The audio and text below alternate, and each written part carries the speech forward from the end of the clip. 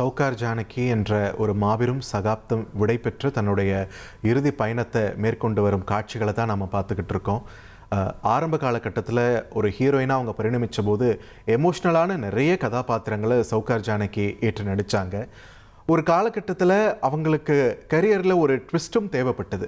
அதன் பிறகு தான் இயக்குனர் இமயம் கே பாலச்சந்தர் அவர்கள் கொடுத்த புது புது கதாபாத்திரங்களில் தன்னை நிரூபிக்க ஆரம்பித்தாங்க சௌகார் ஜானகி அவர்கள். குணச்சித்திர கதாபாத்திரங்களில் இவ்வளவு பெரிய உச்சம் தொட முடியுமா அப்படின்னு கேள்வி எழுப்புகிற அளவுக்கு தான் ஒவ்வொரு பர்ஃபார்மன்ஸும் இருந்தது. குறிப்பாக அடுத்தாத்து அம்புஜத்தை பார்த்தேலா இந்த பாட்டை யாரால மறக்க முடியும்?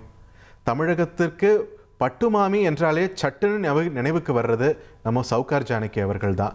சௌகார் ஜானகி அவங்க பட்டுமாமி என்ற அந்த ஒரு குணச்சித்திர கதாபாத்திரமாக இருந்தாலும் அந்த படத்தோட ஷோ ஸ்டீலராகவே பல காட்சிகளில் அவங்க இருந்ததையும் நம்மளால் பார்க்க முடிஞ்சது. இதெல்லாத்துடைய உச்சமாக ரஜினிகாந்த் அவர்களோட தில்லுமுல்லு என்ற திரைப்படத்தில் சௌகார் ஜானகி ஆடியது ஒரு ருத்ர தாண்டவம்னு சொல்லலாம். ஒரு காமெடியில் தன்னுடைய அடுத்த கட்ட கரியரில் தொழில்துறையில் ஹீரோயினாக நடித்து முடிச்சாச்சு. குணச்சித்திர கதாபாத்திரங்களை தன்னுடைய இளவயது எல்லாம் முடிச்சுட்டு ஹீரோக்கு அம்மாவாக அவங்க அடுத்த ஸ்டெப் எடுத்து வைக்கும்போது ரஜினிகாந்தோட அவங்க நடித்த அந்த திரைப்படம் தில்லுமுல்லு திரைப்படம் அது திரையரங்குகளில் அவங்க கிரியேட் பண்ண இம்பேக்ட் அப்போதைய இளம் தலைமுறையிலான ரஜினிகாந்த் அவர்களாக இருக்கட்டும், இல்லை விஜய் சந்திரசேகராக இருக்கட்டும், அந்த தலைமுறைக்கு ஈடு கொடுத்த காமெடியில் ஒரு தனிப்பட்ட ஒரு பெர்ஃபார்மன்ஸை சாத்தியப்படுத்தி இன்றைக்குமே ஒரு கல்ட் கிளாசிக்காக தில்லுமுல்லு திரைப்படம் இருக்குதுன்னா அதுக்கு ஒரு ஈக்குவல் கான்ட்ரிபியூஷன் நிச்சயமாக சௌகார் ஜானகி அவர்களுக்கும் இருக்கத்தான் செய்யுது. 60கள்லையும் 70கள்லையும் சௌகார் ஜானகி அவர்கள் நடித்த கதாபாத்திரங்களை தமிழ் சினிமா அத்தனை ஈஸியாக புறந்தள்ளிட முடியாது. காலத்திற்கும் நின்று பேசக்கூடிய அந்த கதாபாத்திரங்களை கனக்கச்சிதமாக செய்து காட்டின சௌகார் ஜானகி அவர்களுக்கு முதல்ல ஒரு மிகப்பெரிய அங்கீகாரம் அப்படின்னாலே அதுவும் தமிழ்நாடு கிட்ட இருந்து தான் வந்தது. 1969 அவங்களுக்கு கலைமாமணி விருதை தமிழக அரசு கொடுத்துருச்சு. 84 தான் ஃபிலிம்ஃபேர் லைஃப் அச்சீவ்மெண்ட் அவார்டு அவங்களுக்கு வருது. ஆனால் தேசிய அங்கீகாரம்ன்றது பார்க்கும்போது 2022 தான் வருது. ஒரு தாமதமான அங்கீகாரமாக இருந்தாலுமே அவங்க மறைஞ்ச பிறகு மறைந்த பிறகாக கொடுக்க வேண்டிய ஒரு அவார்டாக மாறாமல் அவங்க வாழும்போதே அவங்களுக்கான அந்த அங்கீகாரமும் பெருமையும் கிடைத்திருக்கிறது அப்படின்றது ஒரு மிகப்பெரிய சந்தோஷமான விஷயம்தான். ஸோ அந்த அளவுக்கு ஒரு மிக நீண்ட நெடிய ஒரு கரியரை 73 ஆண்டு கால கரியரை வாழ்விலையும் பல உச்சங்களை தொட்டு தற்பொழுது தன்னுடைய இறுதி மூச்சை நிறுத்தி தன்னுடைய இறுதி பயணத்தை மேற்கொண்டுட்டு வராங்க சௌகார் ஜானகி அவர்கள். சௌகார் ஜானகி அவர்கள் பற்றி பேசுகிறதுக்காக நம்மிடையே ஒரு சிறப்பு விருந்தினர் இணைகிறாங்க. எந்த அளவுக்கு சிறப்புனா சௌகார் ஜானகி அவங்களுடைய கரியரை நம்ம எடுக்கும்போது அதில் ஒரு மறுக்க முடியாத ஒரு பேர்னா இயக்குனர் இமயம் ஐயா கே பாலச்சந்தர் அவர்கள் தான். பாலச்சந்தர் அவர்களுடைய மகள் திருமதி புஷ்பா கந்தசுவாமி அவர்கள் அவங்க ஆஸ்திரேலியாவில் தற்பொழுது பயணம் மேற்கொண்டுட்டு இருக்காங்க. அப்படி இருந்தாலுமே அவங்களோட ஸ்கெட்யூலில் நம்ம கிட்ட இப்போ இணைஞ்சு பேசியிருக்காங்க. வணக்கம் திருமதி புஷ்பா கந்தசாமி, தந்தி டிவியோடு இணைஞ்சதுக்கு மிக்க நன்றி. வணக்கம். இந்த சமயத்தில் நானும் என்னுடைய கணவரும் ஆஸ்திரேலியாவில் இருக்கிறது கொஞ்சம் ஒரு வருத்தமான விஷயமா இருக்குது. சௌகார் ஜானகி அம்மாவோட மறைவு மிகப்பெரிய ஒரு அதிர்ச்சிகரமான விஷயமா தான் இருக்குது. அவங்கள நேரடியாக பார்த்து அவங்களுக்கு உண்டான ஒரு மரியாதையை செய்ய முடியலையே அப்படிங்கிற வருத்தம் எங்களுக்கு இந்த நிமிஷம் வரைக்கும் இருக்குது. புஷ்பா மேம், இப்போது சௌகார் ஜானகி அம்மா அவங்களுடைய திரைப்பயணத்தை எடுக்கும்போது அவங்க ஹீரோயினாக எத்தனையோ படங்களில் ஒரு அபரிவிதமான ஒரு பெர்ஃபார்மன்ஸ்லாம் கொடுத்துருக்காங்க. ஆனால் பாலச்சந்தர் சாரோட அவங்க நடித்த திரைப்படங்கள், அவரோட இயக்கத்தில் நடித்த திரைப்படங்கள் இன்னைக்கு ஒரு கல்ட் ஸ்டேட்டஸை அடைஞ்சிருக்காது. நீர்க்குமிழி, எதிர்நீச்சல், பாமா விஜயம், தில்லுமுல்லுன்னு சொல்லிட்டு இந்த பட்டியல் நீண்டுக்கிட்டே போகுது. இந்த ஒரு கொலாபரேஷன் எப்படி ஏற்பட்டுச்சு? பாலச்சந்தர் சாரோட முதல் ஹீரோயின் வேற. இந்த கொலாபரேஷன் பற்றி எங்களுக்கு சொல்லுங்களேன். அதாவது திரைப்படத்தில் இந்த கொலாபரேஷன் ஆரம்பிக்கிறதுக்கு முன்னாடியே அவங்களுக்கு நாடகம் மூலமா ஒரு நல்ல தொடர்பு ஏற்பட்டுட்டு ஏன்னா அவங்க திரைப்பட நடிகையா ஃபேமஸா இருந்த போதும் அவங்க ஒரு நாடகத்துல நடிக்கணும். மெழுகுவர்த்தி அப்படிங்கிற அந்த நாடகம் எல்லாருக்குமே தெரியும். கேபி சார் முதல்ல நாடகத்துல தான் திரைப்படம் வந்தாருன்னு. ஸோ அவர் திரைப்பட டைரக்டர் ஆறதுக்கு முன்னாடியே இந்த மெழுகுவர்த்தி நாடகத்துல ஒரு திரைப்பட நடிகை, அதாவது அந்த காலத்துல அவ்வளவு ஒரு அழகும் திறமையும் ஒரு பிரமாதமா இருப்பாங்க அவங்க. ஸோ அந்த மாதிரி ஒரு நடிகை அந்த சப்ஜெக்ட்ல நடிச்சா மெழுகுவர்த்தியில அது ஒரு சிக்கலான மனோதத்துவ ரீதியில அமைந்த கதை அது.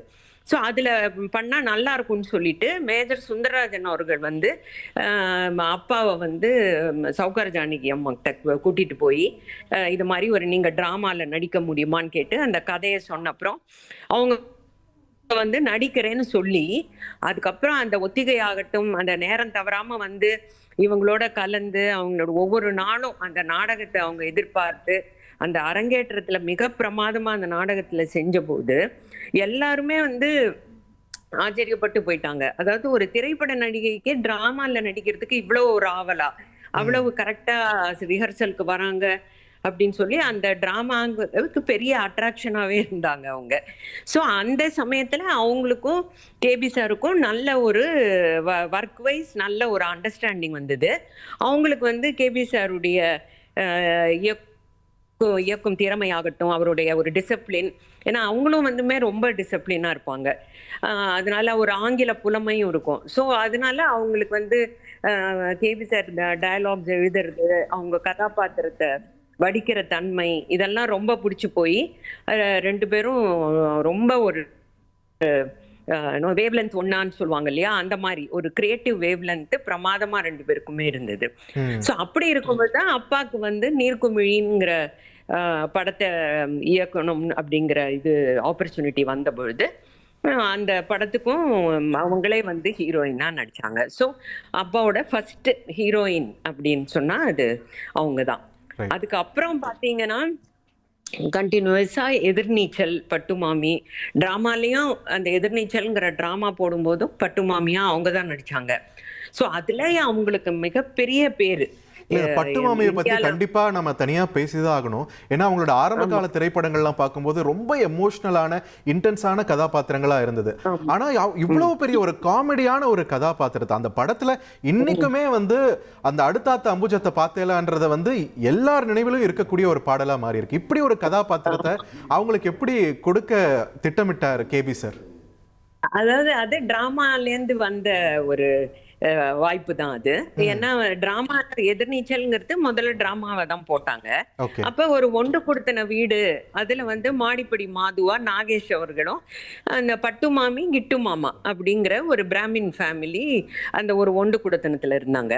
பலவித குடும்பங்களும் அங்க இருக்கும். ஸோ அதுல வந்து இவங்க 2 பேருமே மிக பிரபலமாயிட்டாங்க அந்த டிராமாக்கு அப்புறம்.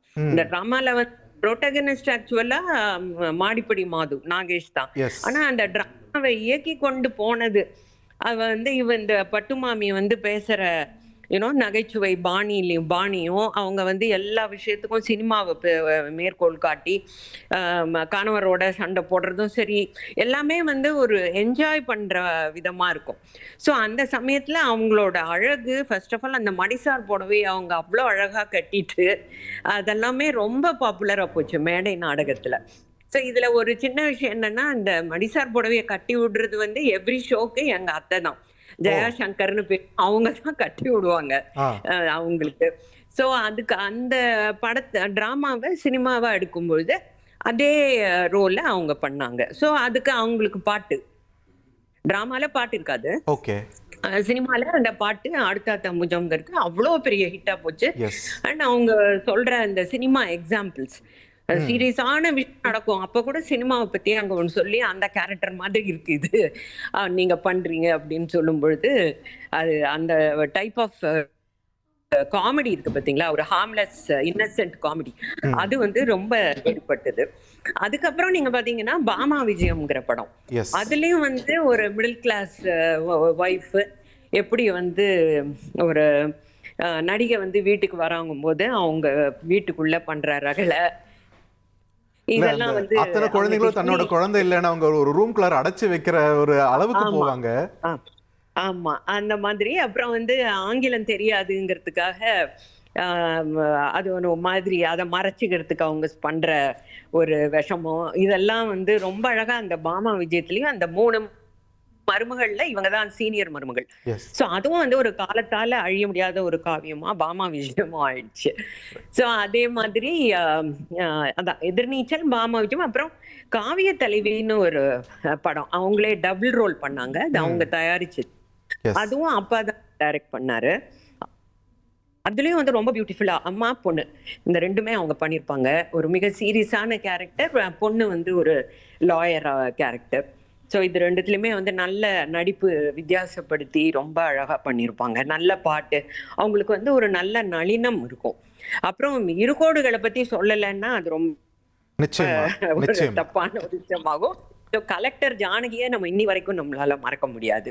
ஸோ இப்ப சமீபத்துல வந்து இந்த அப்பாவோட பழைய படங்கள்லாம் ரிஸ்டோர் பண்றதுக்காக ஒரு தடவை நாங்க பார்த்தோம்.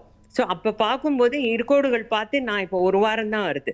ஸோ அந்த இருகோடுகள்ல அவ்வளோ அழகா அந்த ஜானகி எப்படி இருக்கணும் ஒரு கலெக்டர், அதாவது ஒரு நல்ல தமிழ் பெண், ஆனா அவ்வளவு ஒரு மிடுக்கா அந்த பொசிஷனுக்கு தகுந்த ஒரு மிடுக்கோட, ஆனா பார்க்கும்போதே ஒரு அன்போட அரவணைப்போட அது மாதிரி ரொம்ப அழகா பண்ணியிருப்பாங்க.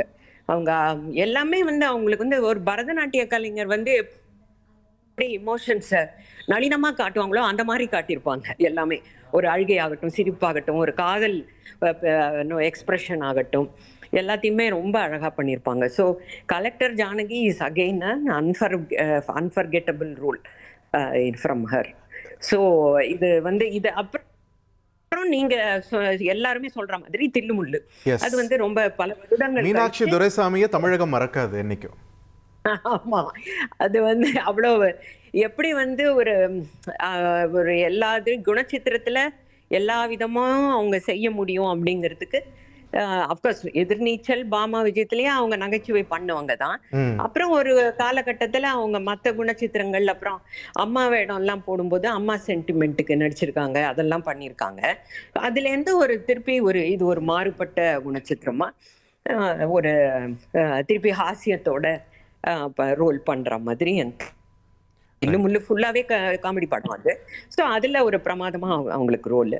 ஸோ இது மாதிரி அவங்க, அதாவது எங்க குடும்பத்துக்கே ஒரு ஃபர்ஸ்ட் ஒரு நடிகை பரிச்சயம் அப்படின்னா அது சவுக்காரம் மாட்டேன்னு தான் ஆரம்பம். ஸோ அந்த 60s 70sல சொல்றேன். அதுக்கப்புறம் தான் மற்ற நடிகைகளையே நாங்க பாக்குறோம்.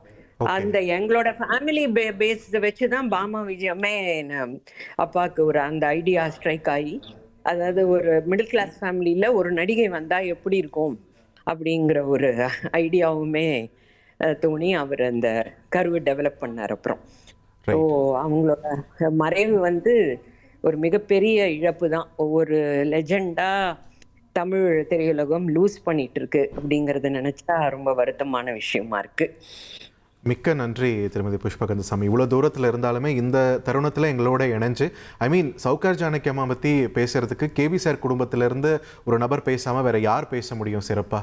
ஸோ மிக்க நன்றி எங்களோட இணைஞ்சு உங்களோட இரங்கலை பதிவு பண்ணதுக்கும், நிறைய நல்ல நல்ல நினைவுகளை எங்கள் நேயர்களோட பகிர்ந்ததுக்கும் மிக்க நன்றி.